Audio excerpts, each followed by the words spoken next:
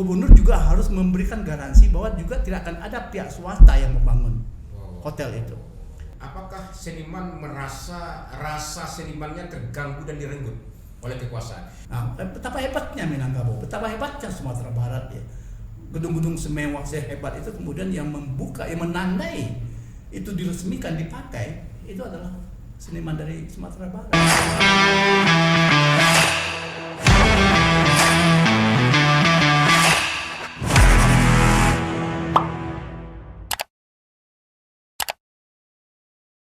Halo, assalamualaikum warahmatullahi wabarakatuh dan salam sejahtera bagi kita semua. Kembali bersama saya Hidayat di channel Kopi Pahit Hidayat. Di awal tahun 2023 ini, segenap manajemen Kopi Pahit berkesempatan mengucapkan selamat tahun baru. Semoga di tahun ini semua perencanaan kita berjalan sebagaimana mestinya dengan hasil yang optimal. Kali ini kita akan berbincang dengan seorang seniman budayawan, Bung Edi Utama. Saya panggil Bang Edi. Oke. Apa kabar Bang Edi? Sehat? Sehat, alhamdulillah.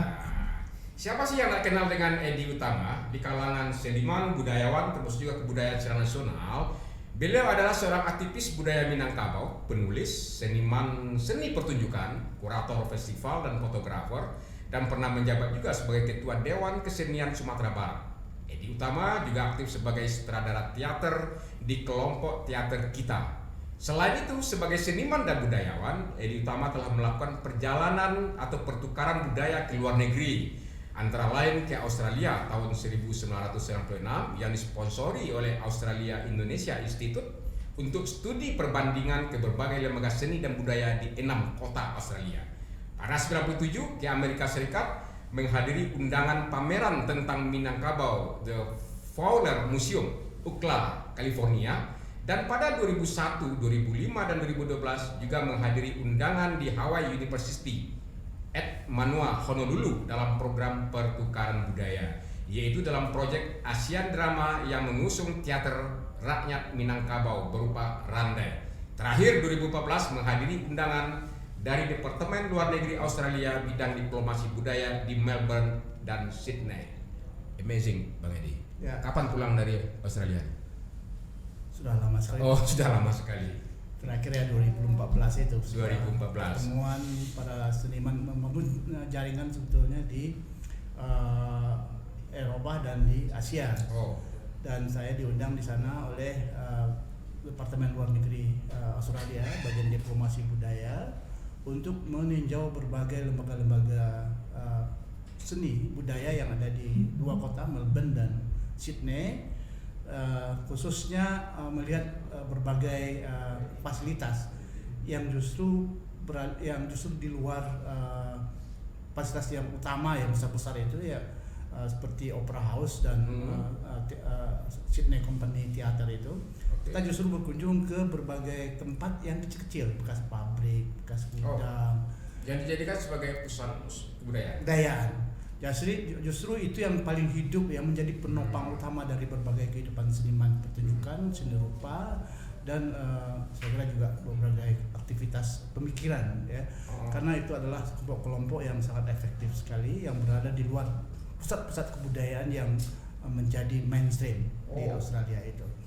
Nah, itu menarik sekali menurut saya, dan pengalaman yang sama saya juga 2015 sebagai eksekutif artistic director dari kelompok musik Tragobuni juga diundang ke Eropa.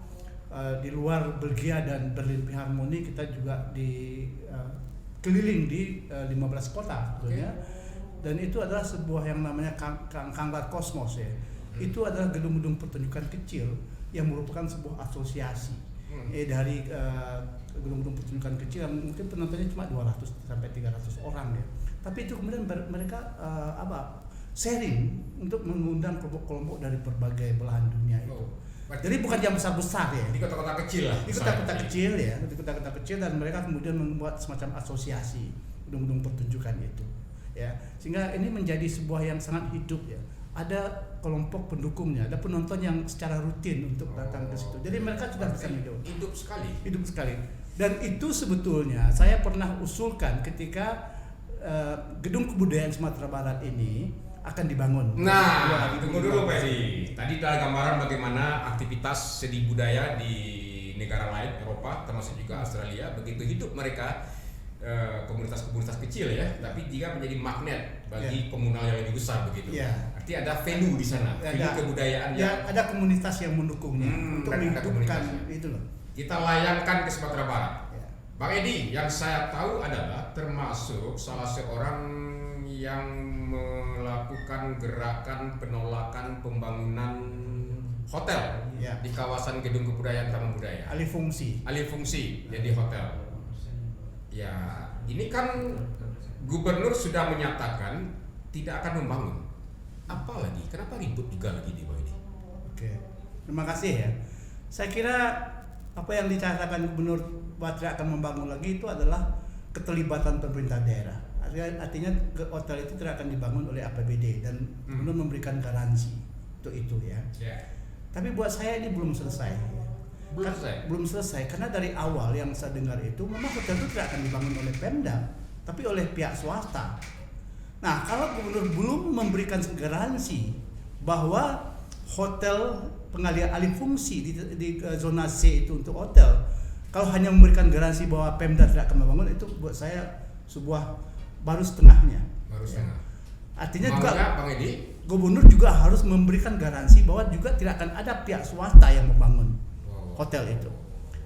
Jadi saya kira ini kan memang dari awal bukan Pemda yang akan membangun, tapi memang sudah dialokasikan, sudah direncanakan untuk pihak investor dan swasta. Pihak ketiga yang membangun. Pihak ketiga. Dan ini menurut saya dalam waktu dekat kalau gubernur mau mengamankan teman-teman seniman dari komplain dan protes karena penolakan terhadap itu, saya kira gubernur harus memberikan itu jaminan itu bahwa baik Pemda maupun swasta tidak akan membangun hotel di situ. Baik, sebagaimana kita ketahui beberapa hari belakangan ini memang beredar rencana dari Pemprov Sumatera Barat akan membangun hotel di kawasan Taman Budaya ini dan sempat juga mendapatkan penolakan oleh dari seniman, bahkan sudah ada petisi juga ya penolakan seperti itu. Mungkin pertanyaannya, seandainya dari gambaran marketnya ini kan cantik bagus deh, apakah seniman tidak setuju hotel dibangun? Apa sih alasannya? Kenapa sih? Ya, saya kira persoalan kebudayaan kita bukan hanya persoalan fisik yang indah atau yang tidak indah gitu ya. Persoalan kita adalah lebih substantif dari itu. Nah, saya melihat ini dalam kebijakan-kebijakan pemerintah daerah selama ini ya, hampir semua yang namanya ruang-ruang publik yang diperuntukkan untuk berbagai aktivitas masyarakat, bukan hanya kesenian, saya kira banyak ruang-ruang publik itu justru dirampok untuk keperluan-keperluan yang lebih komersial, untuk keperluan bisnis, sehingga ruang publik itu semakin lama semakin menyempit. Termasuk kasus Taman Budaya. Nah, Taman Budaya yang di tengah ruang publik yang menyempit itu, akhirnya Taman Budaya juga kelihatannya juga akan dirampok untuk menjadi kawasan komersial seperti itu, gitu. Memprihatinkan sekali karena ketika kita bicara tentang bagaimana membangun bangsa, membangun daerah dengan kemampuan kreativitas yang namanya industri kreatif, ekonomi kreatif ya, yang dimana diperlukan ruang-ruang yang lebih nyaman, yang lebih fleksibel, yang lebih yang lebih berkualitas. Justru ruang-ruang itu kemudian dirampok dan dialihkan untuk fungsinya yang lebih komersial dan pragmatis. Ini saya kira adalah sebuah yang sangat kontroversial. Saya melihat misalnya gerakan-gerakan dari pemerintah daerah sendiri ya, terutama oleh wakil gubernur misalnya, saya melihat begitu banyak kegiatan-kegiatan yang mendorong munculnya industri kreatif, ekonomi kreatif dan anak muda, dan itu sudah pasti memerlukan ruang-ruang publik yang juga inspiratif untuk mereka. Baik, dengan rencana pembangunan hotel atau alih fungsi di Gedung Kebudayaan ini, apakah seniman merasa rasa senimannya terganggu dan direnggut oleh kekuasaan? Bang Edi kan bisa dikomunikasikan dengan gubernur. Oke deh gubernur bangun hotel, tapi fasilitas kebudayaan jangan diabaikan. Kan bisa ngomong seperti itu loh Bang Edi. Ya, kita sudah lama mengharapkan ada komunikasi dan dialog silaturahmi dengan gubernur, tapi kelihatannya tidak ada pintu yang terbuka untuk itu. Tiba-tiba ketika itu mulai dan kita diundang oleh stafnya yang dari Bina Marga mengadakan sebuah FGD dan minta kita, sebetulnya waktu itu bukan untuk waktu FGD. Bisa Bang Edi ceritakan gimana kronologis FGD itu? Saya tiba-tiba mendapat undangan ya tanggal 22 Desember kemarin Ya. di Daima yang ditangani oleh Dinas Bina Marga ya semacamnya itu PU apa gitu. Bina Marga Cipta Karya dan Tata Ruang. Tata Ruang itu. Sebuah dinas. Dan kemudian kita dikumpulin ada 10 orang. Para seniman yang diundang juga ada pimpinan lembaga, dinas kebudayaan dan dinas pariwisata, termasuk dari beberapa dari kalangan teman budaya sendiri. Waktu itu kita kemudian dipresentasikan sebuah konsep alih fungsi itu. Dari tentang pembangunan hotel yang 4 tingkat dengan 108 kamar. Nah, mereka minta kita sebagai seniman untuk memberikan review bagaimana sebaiknya memfungsikan kawasan ini yang sudah jadi hotel di sekitarnya itu. Dia artinya minta semacam persetujuan dari seniman untuk memperkuat alih fungsi ini dari ruang-ruang kebudayaan yang saya ceritakan tadi, dari ruang-ruang kreatif itu menjadi kawasan komersial. Saya waktu itu minta yang awal mengomentari itu setelah mereka presentasi. Saya tanya, ini idenya dari siapa? Dan kalau idenya dari siapa, kemudian bagaimana persetujuan? Mereka cerita bulan Juni yang lalu mereka sudah bikin rancangan alih fungsi itu dan membuat perencanaan tentang hotel itu. Dan secara tertulis mereka kemudian menyampaikan surat kepada gubernur, dan kata gubernur dan kata mereka gubernur menyetujui. Oleh dinas, menurut pengakuan dinas sudah disetujui oleh gubernur. Gubernur setuju. Karena tidak mungkin juga sejauh itu mereka bekerja, mungkin perencanaan gambar dengan mengundang pihak konsultan dan segala macam tanpa persetujuan atau lampu hijau dari pimpinan mereka. Dan ini 2 kali saya tanyakan kepada itu. Karena menurut saya ini agak sedikit aneh misalnya. Karena saya juga tahu, coba sebelumnya saya cek beberapa teman-teman di DPRD. Ternyata mereka tidak mengetahui ini dengan persis. Walaupun bisik-bisiknya mungkin ada lah ya. Ketika saya tanya, gubernur sudah menyetujui tapi kenapa kemudian DPRD, teman-teman di DPRD tidak tahu, saya bilang. Dan mereka agak gelagapan menjawab itu. Mereka mereka berdiskusi di mimbar itu berdua, orang dari Bina Marga itu. Kemudian mereka jawab seperti ini. Ya ini kan pembicaraan sambil lalu dengan anggota dewan. Itu pokoknya adalah segitu gitu. Berarti tidak dianggap juga anggota dewan, dianggap sambil lalu aja kan, jangan sudah selesai. Enggak tahu, mungkin anggota dewannya saya kira juga kurang berbawa juga gitu loh. Begitu ya. Artinya tapi artinya memang menurut saya ini mereka memang mendahului. DPRD sebagai sebuah lembaga itu harusnya kan, karena ini aset, saya sampaikan, ini aset pemerintah saya bilang, dan ruang publik yang punya sejarah yang panjang. Aneh kalau kemudian DPRD tidak tahu, saya bilang. Kalau hanya gubernur, kemudian beraninya gubernur untuk bisa itu. Dan kemudian yang kedua menurut saya itu sudah dimulai dibangun dengan membuat pancang-pancang yang dananya dari APBD, ya, dari uang rakyat. Nah kalau kemudian tapak itu yang dibangun dengan dana 7,8 miliar itu diserahkan pada swasta untuk bikin hotel, enak betul swasta, saya bilang. Ya itu kan sebelum adanya statement dari gubernur, proses seperti itu. Sekarang kan sudah ada statement gubernur. Benar akan dibangun hotel. Tunggu. Kedua, menurut saya ya, sepanjang yang saya tahu itu perencanaan donasi itu adalah fasilitas pendukung dari kebudayaan dinas dari zona. Saya parkir kantor-kantor yang tidak perlu bertingkat gitu loh. Nah, waktu itu saya ingin mempertanyakan kenapa kok kemudian wilayah pendukung, kawasan pendukung zona B dan zona A itu kok harus dipasang panjang-panjang yang besar itu dan yang bertingkat konsepnya gitu. Ya ini memang kita rencanakan untuk itu. Nah bukan, dia mengatakan bahwa kebutuhan konstruksi baik tidak dirubah, dialihfungsikan maupun dialihfungsikan itu sama. Dan ini kan betulnya menurut saya sebuah pernyataan yang membingungkan juga ya kan, karena saya bukan orang konstruksi, orang teknik, saya nggak ngerti kawasan terbuka seperti itu juga perlu panjang besar seperti itu gitu, yang dananya cukup besar kan. Nah itu yang kemudian saya sampaikan ya. Nah, tapi mereka kemudian ya namanya staff ya bingung juga menjawabnya kan gitu loh. Iya, apalagi berhadapan dengan Bung Edi Tama kan? Enggak, saya bukan orang yang terlalu ganas juga ya. Nah ini ya, kemudian muncullah berbagai saya dengar dan teman-teman lain hasil channel aku juga seperti itu. Dia bilang kalau hotel yang terlibat Pemda, dia menyebut hotel Baleriung aja sampai sekarang nggak jelas ininya gitu loh. Artinya memang manajemen bisnis pemerintah itu kacau menurut saya gitu loh. Justru KW juga seperti atau itu. boleh disebut lah mungkin komunikasi yang nggak sampai, yang belum begitu komprehensif antara gubernur dengan komunitas seniman dan budayawan mungkin Pak Edi. Artinya ada nggak peluang lagi untuk kita diskusikan dengan pihak gubernur gitu? Ya saya melihat gubernur tidak merasa perlu dengan bicara dengan seniman budayawan. Dia sepertinya dia ingin jalan sendiri dengan caranya sendiri. Sampai sekarang nggak ada. Karena kemarin saya diundang, telepon tiba-tiba mendadak oleh Kepala Dinas Kebudayaan jam 10 pagi. Katanya gubernur mau ketemu, mau membicarakan hal ini. Jam 11 kemudian ditunda sampai jam 1. Saya datang jam 1 sampai jam 2 gubernurnya nggak muncul gitu. Padahal diundang ya? Diundang untuk membicarakan itu. Padahal saya sudah ingin membicarakan sesuatu, menyampaikan sesuatu yang menurut saya sangat penting untuk mencari jalan keluarnya. Apa yang Bang Edi sampaikan? Saya mengira persoalan alih fungsi yang kemudian menjadi viral dan mendapat komplain protes dari berbagai kalangan seniman ini adalah momentum besar bagi gubernur untuk memperlihatkan leadershipnya sebenarnya. Karena saya tahu persis alasan utama mereka, alasan utama untuk mengalihkan fungsi itu karena tidak ada uang PBD yang untuk meneruskan pembangunan itu yang saya dengar ya. Oke lah kalau memang itu.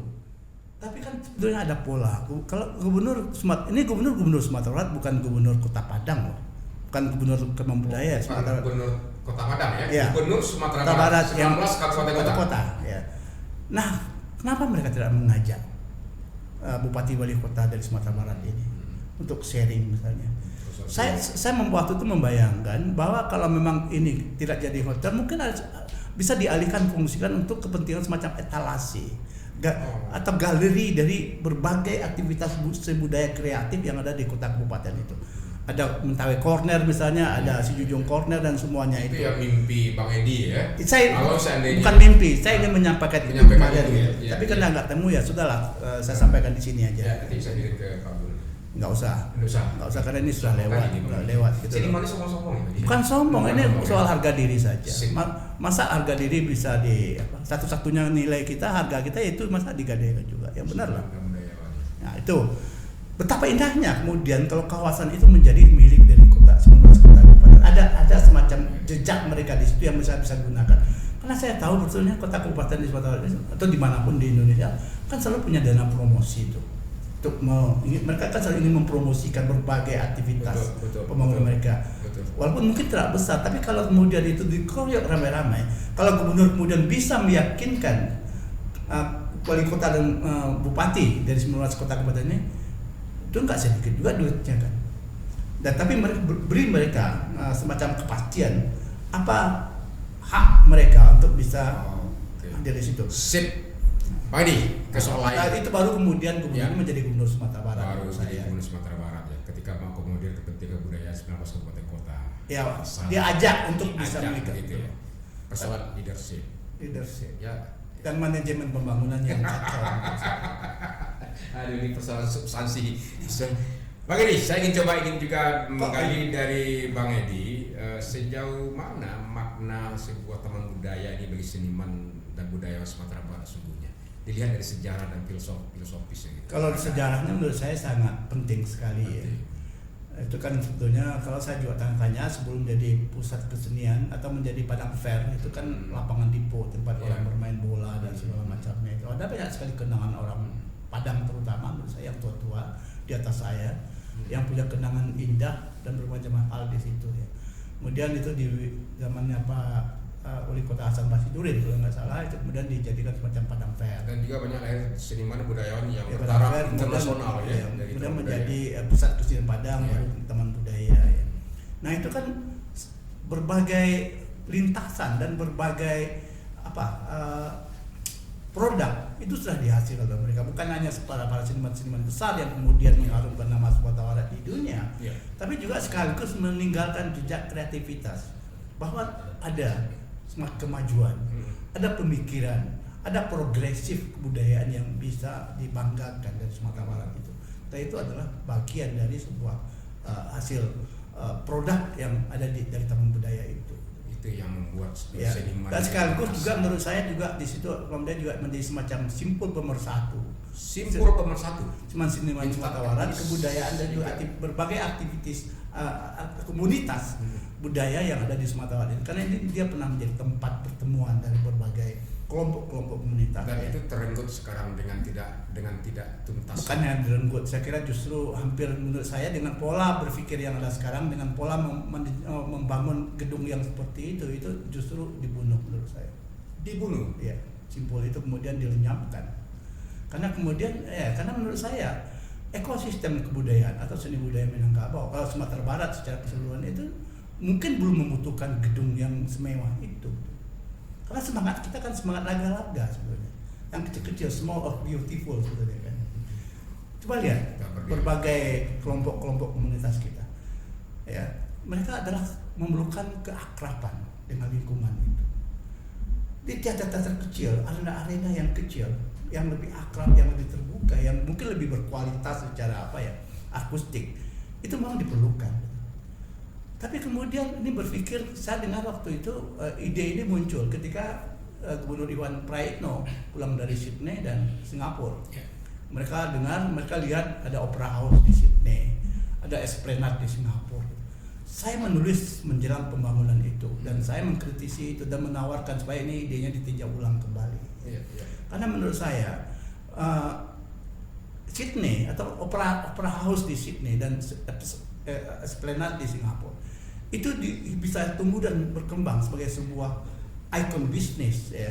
Karena dia didukung oleh industri wisata yang luar biasa. Berapa juta orang yang datang ke Singapura tiap tahunnya, berapa juta orang yang datang ke Sydney.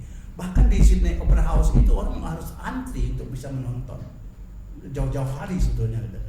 Masuk juga beberapa orang dari Esplanade. Nah, Esplanade itu kan sebetulnya dibangun oleh Singapura dengan biaya cukup besar. Tapi itu justru menguntungkan dia sekarang karena sebenarnya orang-orang dari Asia itu nonton, bahkan orang dari Indonesia pun berbondong-bondong nonton ke situ kan. Dan karya pertama yang untuk meresmikan Esplanade di Singapura itu karyanya anak Minangkabau, Boy G. Sakti. Saya menyaksikan itu. Boy dikontrak secara khusus, diminta secara khusus mempersiapkan sebuah pertunjukan untuk meresmikan Esplanade yang kebanggaan Asia itu, betul. Ya saya kira itu terbaik di Asia sekarang ya. Nah, betapa hebatnya Minangkabau, betapa hebatnya Sumatera Barat ya. Gedung-gedung semewah sehebat itu kemudian yang membuka, yang menandai itu diresmikan, dipakai, itu adalah seniman dari Sumatera Barat. Sedih kan betulnya. Nah, saya waktu itu mengusulkan solusinya, menulis saya di surat kabar daerah. Kalau ada dana mungkin puluhan miliar, 100 miliar atau berapa, kenapa itu enggak dibagi-bagi saja dengan beberapa kota kabupaten? Dan mereka minta dana pendamping. Kita bangun teater-teater kecil di berbagai kota itu ya, hidup komunitas di. Sehingga ada aliansi, ada asosiasi. Di sebuah produksi kesenian, produksi pertunjukan itu bisa diputar. Apakah gagasan Bang Edi itu tidak ditransfer ke gubernur? Saya menulis waktu itu secara resmi sebagai di ruang komentar Singgalang. Mestinya masuk bagi tim tank dari Pak Gubernur mestinya. Ya, tapi itu kan tidak menciptakan mercusuar untuk mereka. Ini yang mereka perlukan mercusuar gitu. Ini kan semacam perimbangan. Saya membaca waktu itu kan Gamawan Fauzi meninggalkan Bukit Raya, yang viral seperti itu. Kalau kata almarhum misalnya berhala-berhala yang dan kemudian perlu juga gedung kebudayaan yang seperti itu, yang seperti kapal itu. Oke, Bang Edi. Ya. Ini terakhir nih, sesi terakhir nih. Sudah cukup nyaman dan tenangkah seniman dan budayawan, terutama yang punya upaya penolakan ya pembangunan di fungsi hotel nih di Taman Budaya ini setelah Pak Gubernur sudah menyatakan tidak akan ada pembangunan hotel di kawasan gedung kebudayaan? Kalau saya ikuti beberapa grup WhatsApp teman-teman seniman, kelihatannya mulai tenang gitu. Kemarin Taman Budaya cukup ramai dan mereka kumpul di situ, dan beberapa komentar dari teman-teman di luar itu juga sudah mulai agak adem gitu. Nah, saya justru ini agak terbalik saya melihatnya. Menurut saya justru kita harus semakin waspada. Semakin waspada. Iya, Karena gubernur hanya bicara tentang Pemda yang akan membangun hotel, tidak akan ada Pemda dana APBD digunakan untuk membangun hotel. Itu betul. Tapi dari awal kan kita sudah mendengar ini bukan akan dibangun oleh Pemda tapi oleh pihak swasta. Jadi kalau mau mengamankan perasaan kami dari para seniman ini atau masyarakat atau yang peduli dengan persoalan taman budaya, ruang-ruang publik yang bisa menopang kreativitas dan industri kreatif ini, gubernur harus membuat dua kenyataan itu. Dua pernyataan resmi. Tidak akan dibangun hotel oleh pemerintah daerah dan pihak swasta. Itu dia. Tidak akan dibangun hotel di kawasan gedung kebudayaan baik oleh pihak pemerintah maupun juga pihak swasta. Tuh, baru kita akan tidur. Saya Baru akan tidur tidur nyenyak. Ya. Kalau tidak, saya akan terus. Sederhana sekali deh Pak Gubernur. Ya kan? Pak Edi, oke. Terakhir Pak Edi, mungkin terakhir yang keduanya nih. Ya. Bagaimana konsep pembangunan kebudayaan di Sumatera Barat hari ini yang mungkin agak lengah oleh pemerintah daerah, termasuk juga DPRD mungkin dalam pandangan Pak Edi? Iya, saya kira tadi malam saya kan juga diundang menjadi semacam ada dialog ya di Padang TV. Saya juga cerita ini. Basis kebudayaan kita ini kan sebetulnya adalah komunitas. Ya. Komunitas dalam pengertian ada yang bentukan yang baru seperti sanggar-sanggar atau grup-grup, tapi juga ada komunitas yang tumbuh secara alamiah dan tradisional ya di dalam masyarakat itu. Nah, saya kira ini adalah hulu ya, sumber mata air kebudayaan kita ya. Nah, ini yang sebetulnya tidak terperhatikan. Munculnya komunitas-komunitas baru sanggar-sanggar ini yang kemudian mendominasi kan sebetulnya kehidupan kebudayaan kita. Dan konteks ini pertunjukan saya kira ya ada klan-klan bahwa mereka sudah mewakili sebuah komunitas tradisional. Tapi yang pencipta, penjaga dari tradisi itu, dari yang di muara, di hulu itu, yang menjaga mata air itu, saya kira itu masih terabaikan betul. Nah, saya kira kalau perlu digeser menurut saya berbagai pemikiran atau juga mungkin sumber daya agar mereka ini juga diberikan ruang yang cukup ya, agar mata air kebudayaan kita itu tetap jernih. Fungsi fasilitasi dari pemerintah. Ya, mungkin dari Direktorat Kebudayaan Jakarta saya kira sudah cukup banyak program untuk itu ya. Tapi kan ini juga terkendala atau terhambat oleh mindset banyak orang ya. Apalagi birokrasi yang melihat bahwa mereka masih ingin jadi pelaku-pelaku utama, aktor-aktor utama dari berbagai aktivitas itu.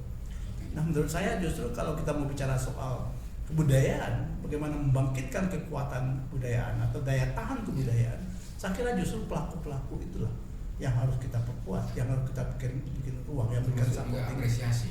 Ya kan jumlah mereka sangat banyak. Lebih banyak sama dengan silat sebetulnya. Saya dulu kan pernah di IPSI ya.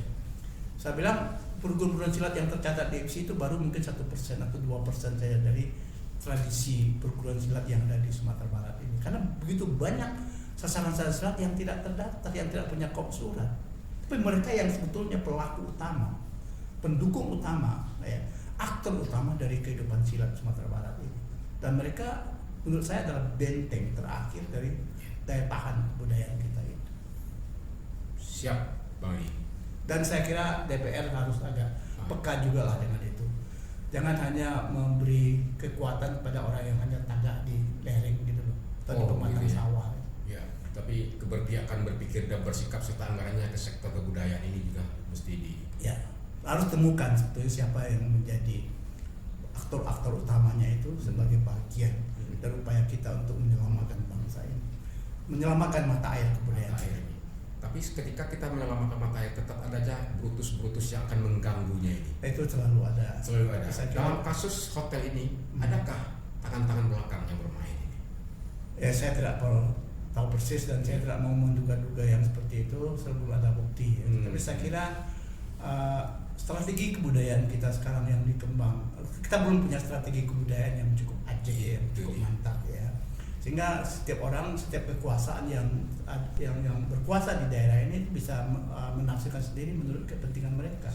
Ini yang kadang-kadang justru selalu kita membuat menjalani ke titik nol ya. Kembali ke titik nol ya. Nah, saya kira kegagalan kita utama di sini adalah kegagalan membangun sebuah strategi kebudayaan itu yang bisa disepakati bersama itu. Baik. Satu pertanyaan, jawaban satu kata Pak Edi. Dengan adanya rencana pembangunan hotel di Taman Budaya Edi, perasaan seniman itu sedihkah, marahkah, atau geram? Galau. Inilah kerennya. Kalau seniman nih minta galau, men. Mereka mungkin bukan minta diperhatikan atau dimanjain seperti itu ya, dia. Mereka cara-cara yang kemudian dipakai untuk bisa mencikarawi kawasan mereka itu ya akibatnya seperti itu. Pesan terakhir kepada gubernur, harus berpikir lebih bijak lagi untuk melihat kenyataan ya, bahwa kita perlu ruang-ruang publik, ya, ruang-ruang kreativitas, ruang-ruang silaturahmi yang sudah kecil dan itu jangan diperkecil lagi. baik. Kata kuncinya adalah seniman akan bisa tidur nyenyak sebagaimana dikatakan oleh Bung Edi Utama ketika ada statement resmi dari Gubernur Sumatera Barat bahwasanya tidak akan ada pembangunan hotel di kawasan Gedung Kebudayaan Taman Budaya baik oleh pihak pemerintah maupun pihak swasta. Benar, Pak? Benar. Demikian Kopi Pak Hidayat, kita bertemu pada kesempatan lain. Wabillahi taufiq wal hidayah. Wassalamualaikum warahmatullahi wabarakatuh. Bye.